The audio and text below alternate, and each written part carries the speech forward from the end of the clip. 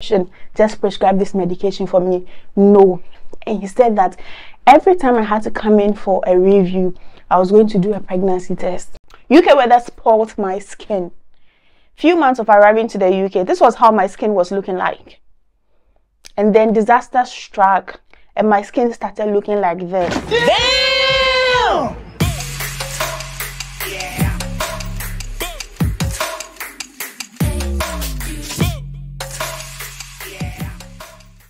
Today I'm going to get very vulnerable with you and speak about what used to be one of my biggest insecurities of living in this king's land called UK.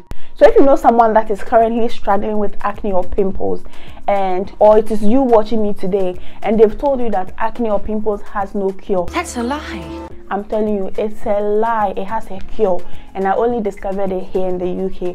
But that was because I had a huge breakout and my skin just became nasty when I arrived to the UK. Before I get into it, let me give you a bit of a background story. So my struggles with acne started when I hit puberty, and that was age 13.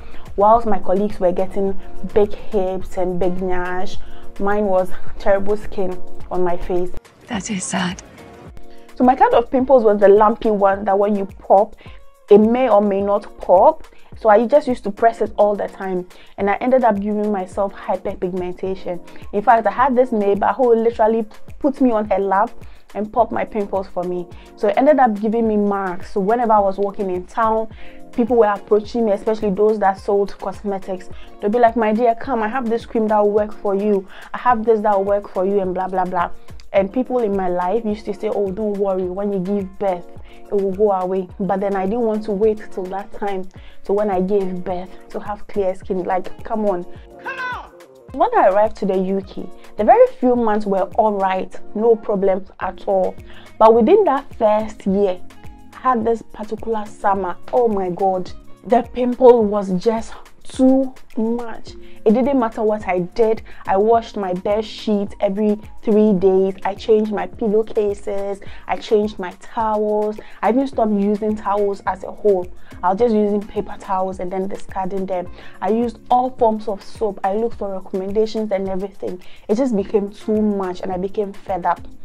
But then as the summer went away, it got better. So I was like, okay, maybe I'm just adjusting to the weather and that it will get better.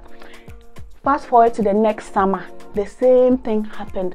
So I was like, is this an allergy that I'm getting or what? I started to suspect myself, like, do I have PCOS? Like, what is it? What is happening at all? So I became fed up, and then finally I had to call my GP and I said, doctor, I think that I may have PCOS. And he's like, why do you think you have PCOS? And shout out to my doctor because he's a Ghanaian doctor. Well, he's got a Ghanaian name, so yeah, I'm assuming he's the Ghanaian doctor. So he was asking me, why do I think I have PCOS? I'm like, well, you see, this is how my skin looks like. I have gained so much weight. I have done this, I have done that. I'm not saying definitely that I have it, but it will be worth looking into. So he was like, okay, send me a picture of your face. And I sent him selfies unedited, raw. Like, if you know me, you know how hard it is. This is something I was so insecure about. I sent it to him. So he was like, fine, we're going to conduct tests to see whether or not you've got PCOS.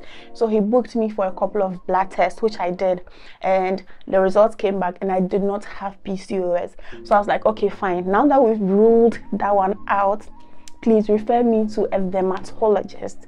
So he referred me to a dermatologist, and I didn't get to see a dermatologist straight away. I think it took me about a month before my appointment time was due. So I go in and this man has a look at my face and he's like, okay, so I can see that you have mild acne and blah blah blah. I'm like, mild? No, not mildly.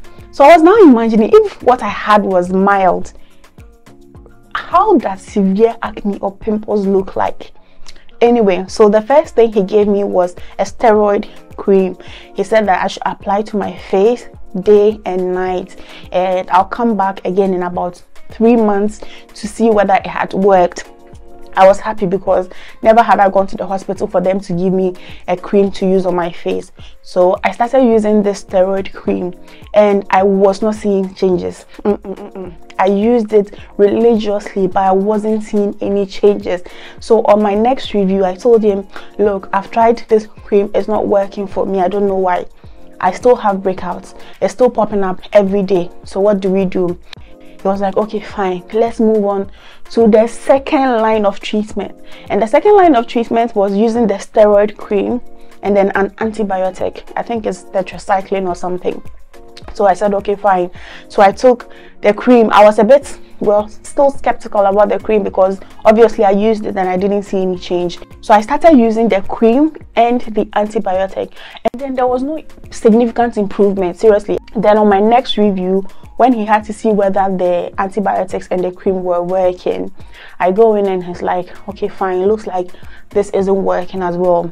There is but a last resort of treatment, and some of you may have heard about it. It's called Accutane. Okay, he said this is the last form of treatment for acne, and with this one, usually patients that go through it have a cure for their acne, but it's as a last resort because this medication has so many side effects.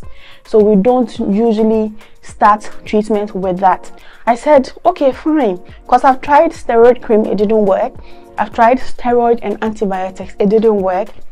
Maybe this line of treatment is going to help. He was like, okay, first, before we start you on this treatment, you have to do a couple of blood tests. Yes, that is how dangerous the medication is. You have to do a couple of blood tests and you have to have contraception because you must not get pregnant on this medication. Why?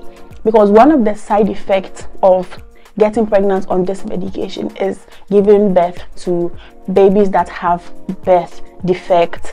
So it's not allowed, it's a total no. So you can't say, oh, maybe I'm a virgin, so maybe no need for contraception, just prescribe this medication for me. No. And he said that every time I had to come in for a review, I was going to do a pregnancy test on the spot. I did my own research online as well, and I heard both good and bad stories. The good ones were that they had cured their pimples or acne, they had gained back their confidence, which I really loved.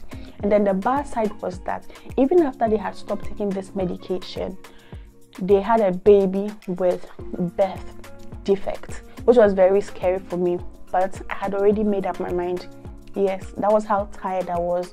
So I went back to him and I said, I've made up my mind, I want to start this medication. So he said, okay. So he ordered bloods for me, which I had to do. As I read earlier, your bloods need to be good. So I did the bloods, and he also said I had to be on contraception for at least 1 month before I can begin this treatment. So I called my sexual health clinic and I got an implant in. So not only 1 contraception, but 2. So after the implant, say if I still wanted to do some jiggy with someone's son, then I had to still protect myself. Okay, that's how much precaution they want you to take on this medication. So I got the implant in, then after a month I went back and he started me on this medication. So let me talk about some of the side effects that I got from this medication. The very first one was dry lips. This one was obvious, everybody could see. Like Harmattan Pro Max around my mouth was dry, the skin on it was flaky and all that. It was horrible, and it didn't matter what kind of lip gloss I put on my face, it was still bad. So that was something I had to deal with. Number 2 was with my mood. Just keeping the implant in is another mood something in addition to this medication. So I used to be so upset, like randomly sad, randomly annoyed. So that was another side effect. And then the third one was the skin on my face became darker. Like the hyperpigmentation became extremely dark. It looked as if my face did not belong to my body. That was how bad it was. So I went back to him. I was like, why am I getting darker on my face? Because upon all the many side effects, I didn't see skin on the face getting darker. And he said, that's true. skin on the face getting darker is not a side effect that he knows of. So I was like, where did I go and get darker skin from? So I said, okay, fine, let me finish this medication and then let's see if it clears up. So finally, after 6 months, there was no pimples on my face again, no new ones. The hyperpigmentation was there, but no active pimple was on my face. And he said, okay, he's happy with the treatment that I've had so far and that he's happy for me to stop. I said, okay. So I stopped it. We did one last round of blood and my bloods were still all right. And he said to not get pregnant 3 months after stopping this medication. So I had to keep the implants in. 6 months after stopping this medication was when I started to see improvement on the skin of my face, guys. So all in all, this whole treatment took me 1 year. 1 year to come out of the bondage of acne. So is this something you are willing to take or not? How bad is your acne? How much are you willing to risk to get clear skin? It's up to you. If you're not in the UK, if you're in your country, speak to a dermatologist and see if they've got isotretinoin available to prescribe for you, because you have to go through protocols in order to be on this medication. So speak with your doctor, whichever country you are. But if you're in the UK, you are lucky. You can speak with your GP to send a referral to a dermatologist like they did for me, and then if everything checks out, you can start on this medication. So although I risk all of this, I am happy with the skin that I have now. I'm more confident, I'm less insecure with it. Guys, if I tell you how happy I am that I wake up and I don't see active pimples on my face for like 3 months now, not even one single pimple has come on my face, and I'm just so happy with the results that I've got, and I'm happy that I took this step and I didn't have to wait till I had given birth first before I could bore life.